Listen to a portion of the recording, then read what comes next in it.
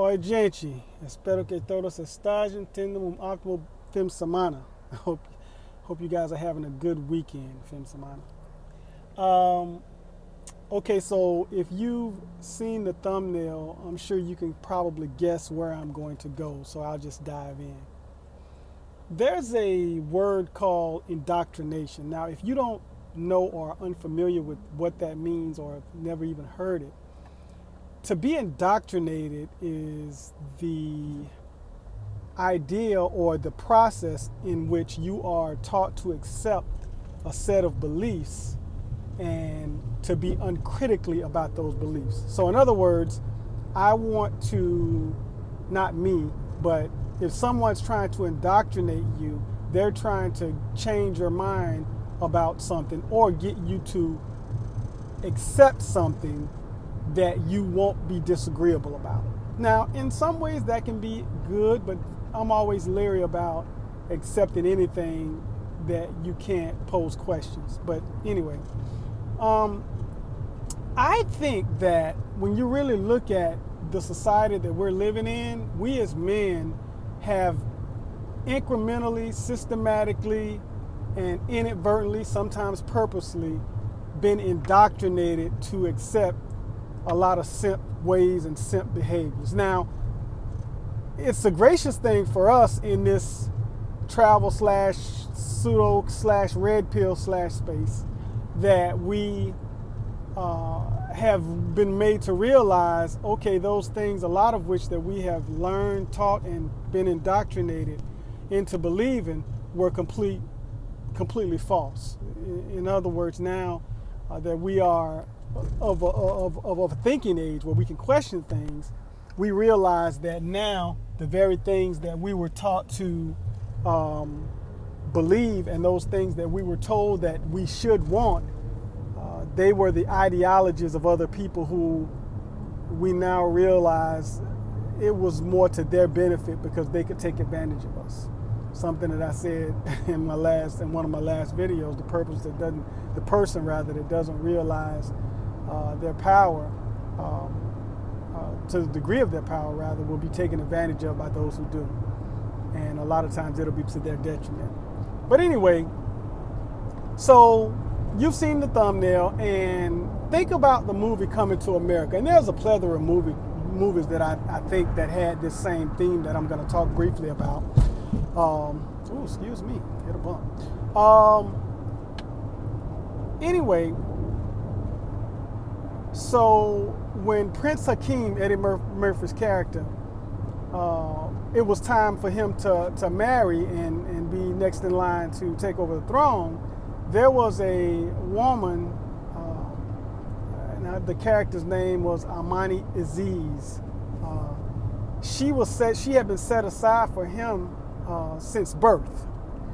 And as opposed to taking her, somebody who was fit, feminine, beautiful, cooperative, submissive, and agreeable, in his mind, he thought, well, you know what? I want a woman that knows what she wants and has a little attitude and strong and independent. In other words, Western thinking had kind of corrupted the natural order of things, or as they should be. Now, some guys like that, and listen, if you like it, I love it, that's your thing. But in the space that we're in right now, isn't it interesting that many of us back then we were cheering for Lisa McDowell? Some of us. There were a lot of us was like, I remember thinking to myself, I understand not necessarily wanting to be, the movie was totally deflecting what should have been, because it appeared my parents are making me do something that is not going to be good for me, or that they're making me do something that they think that's going to be good for me, when in reality, I should be able to choose for myself. Nothing wrong with choosing for yourself, and I understand it. And if he thought that way, which I believe he did, he had a good point. But maybe his parents knew something that he didn't. And then his mom was secretly his ally.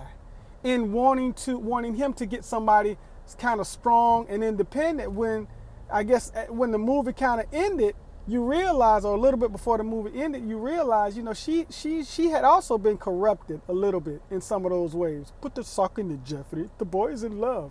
But to make a long story short, so he goes over to New York, he came to America, and he found somebody who, she was fit, she was beautiful, she was a little feminine, but those other attributes in today's society, in the space that we're in as men, we would kind of frown, we would frown upon. Why? Because there was attitude there. The independence thing. Now, my thing about the independence, I feel, is this.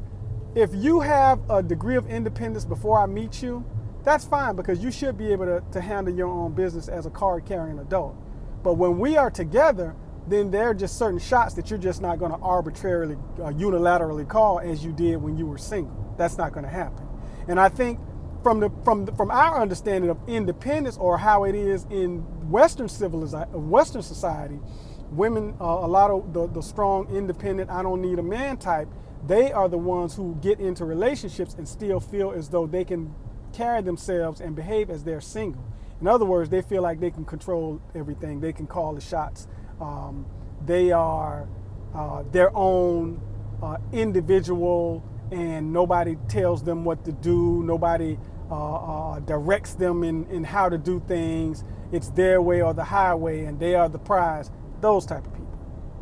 Well, anyway, and when the movie ended, I thought it was kind of interesting, because Lisa McDowell, when he asked her if she wanted to, he'll renounce his throne, he'll give all of it up if she want to move back. She looked at all of that wealth and she said, nah. Yeah, because she realized something. I think the smart play would be to stay in this right here. Now, of course, that's fictional rather, but a lot of it is believable. Think about it. For many of us, we were taught that you want a woman who is strong and independent to help you. When in reality, people that think that way in this society with that feminist mindset, they help themselves. They'll help you. They'll help you lose a lot of stuff that you work hard for. That's what they'll help. They'll help you to help themselves to your stuff. That's what they'll do.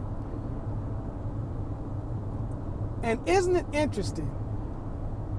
The person that was fit, feminine, beautiful, cooperative, agreeable, and submissive was looked down upon as somebody who didn't have their own mind. See, that's all in the movie that we saw. You know what I'm saying? That's all that we saw. We never knew what she was capable of. Was there any strength? Was there any redeeming values in what was portrayed to be weakness, or her being an airhead or idiot? The reality of the situation is this. Sound like Edward Anderson. The reality of the situation is this. Shout out to Edward Anderson. Most women who are fit, feminine, beautiful, cooperative, submissible, and agreeable, if they were raised that way, they understand that that's where their strength lies. And so, as opposed to try to dissect where their strength lies for people who look down upon them, call them pick-me's or idiots or airheads, they're not going to do that. Why? Because they feel what they understand is the person who recognizes that, the right person who recognizes those qualities and understand the strength that is in femininity and those other attributes that I listed, they are the people that's their target audience. So in other words, those are the people's attention who they're trying to attract, not these, oh man, you know what I'm saying? But baby, you know, I need to be a power couple, and I need to somebody to kind of help me out. You have no idea how helpful femininity is. You have no idea how, and I'm not talking to you if you are understanding where I'm coming from. But most people have no idea the power and the strength and the assistance that is locked into femininity and cooperativeness and being agreeable. See, being agreeable doesn't mean, well, you're going to run off a cliff, I'm going to hold your hand and push a little bit harder so we can jump and land that much harder. No. Being cooperative, that doesn't mean that either. Being cooperative does not mean that everything you say I'm just going to agree with. No. It is more of a foundational attribute to minimize disagreements and to create harmony within a union.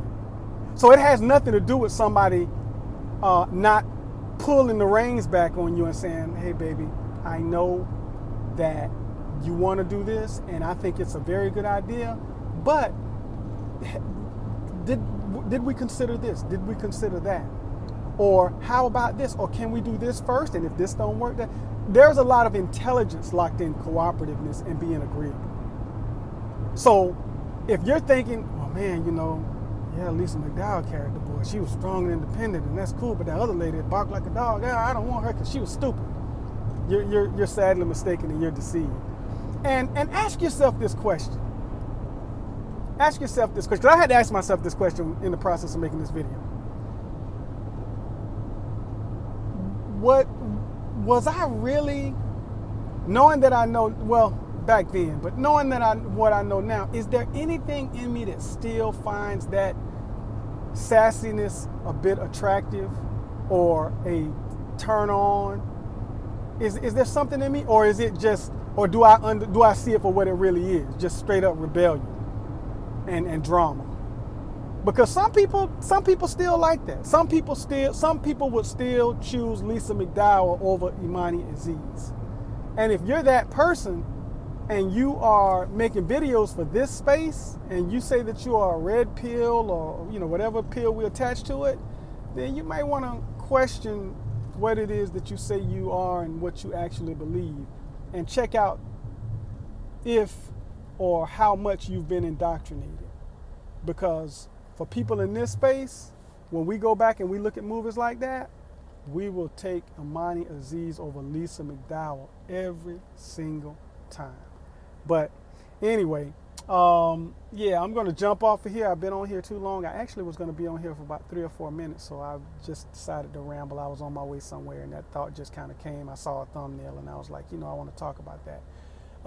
So yeah, I've had an interesting week. A buddy of mine had a stroke. My stepbrother just passed away an hour ago, and now we need to fly out and do some things. But anyway, I hope you guys have a good rest of the weekend. A boa fem semana. And fala com você mais tarde. We will talk later. This is your man Larry, the American Brazilian, saying até a breve. É verdade. No odeio o jogador, odeio o jogo. Ciao.